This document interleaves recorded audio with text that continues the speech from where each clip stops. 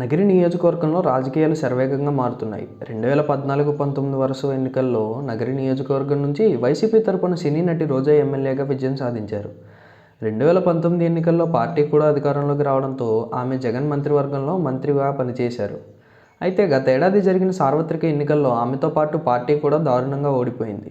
రోజాపై గాలి భానుప్రకాష్ ఘన విజయం సాధించారు. ఇక్కడి వరకు బాగానే ఉన్నప్పటికీ గాలి భానుప్రకాష్ తమ్ముడు జగదీష్ ఇప్పుడు వైసీపీలో చేరడానికి రెడీ అయ్యారు.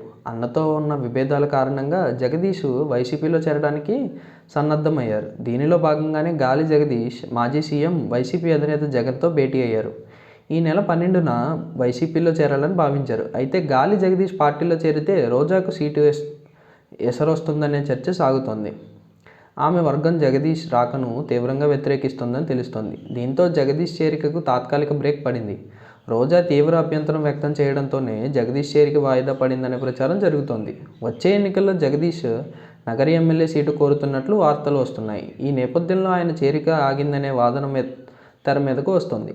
అయితే అలాంటిది ఏమీ లేదని వైసీపీ తెలిపింది. రోజా మద్దతుతోనే గాలి జగదీష్ వైసీపీలో చేరుతున్నారని ఆ పార్టీ వర్గాలు తెలిపాయి. గాలి జగదీష్ రాకకు రోజా సైతం ఆహ్వానించారని, నగరిలో తిరిగి పార్టీ అధికారంలో తేవడమే లక్ష్యంగా అందరూ కలిసి పనిచేస్తారని పార్టీ నాయకులు తెలిపారు. రోజా జగదీష్ మధ్య ఎలాంటి పోటీ లేదని, ఆమె పార్టీ సీనియర్ నాయకురాలని, ఆమెకు పార్టీలో ఎప్పుడూ ప్రాధాన్యత ఉంటుందని ఈ సందర్భంగా పార్టీ తెలిపింది. మంచి రోజు చూసుకుని గాలి జగదీష్ను పార్టీలో చేరుతారని పార్టీ వర్గాలు ప్రకటించాయి. మరోవైపు కూటమి ప్రభుత్వం అధికారంలోకి వచ్చాక స్థానిక సంస్థల్లో రాజకీయాలు వేగంగా మారిపోతున్నాయి. గత వారం జరిగిన 10 కార్పొరేషన్, మున్సిపల్ ఉప ఎన్నికల్లో టీడీపీ కూటమి విజయం పతాకం ఎగురవేయగా అదే జోష్లో గుంటూరు కార్పొరేషన్పై దండయాత్ర మొదలుపెట్టినట్లు చెబుతున్నారు. దీంతో వైసీపీ ఆధీనంలో ఉన్న గుంటూరు మేయర్ పోస్టు చేజారిపోయే అవకాశాలు కనిపిస్తున్నాయి. గత కొన్ని నెలలుగా గుంటూరు నగర రాజకీయాలు హీట్ పుట్టిస్తున్నాయి. మేయర్ వర్సెస్ కమిషనర్ అన్నట్లు ఆధిపత్య పోరు నడిచింది. మేయర్కు ప్రభుత్వం అండలేకపోవడంతో ఆయన అధికారం సాగటం లేదని చెబుతున్నారు. దీంతో కమిషనర్ను టార్గెట్ చేసి తన పనులు చేయించుకోవాలని మేయర్ కావటి మనోహర్ నాయుడు పావులు కదిపారని అంటున్నారు. అయితే అధికార బలం లేకపోవడంతో మేయర్ మనోహర్ నాయుడు మాటలకు విలువ ఇవ్వడం లేదని విమర్శలు వినిపిస్తున్నాయి. ఇదే సమయంలో మెజారిటీ కార్పొరేటర్లు పార్టీకి గుడ్ బై చెప్పి టీడీపీలో చేరిపోయారు.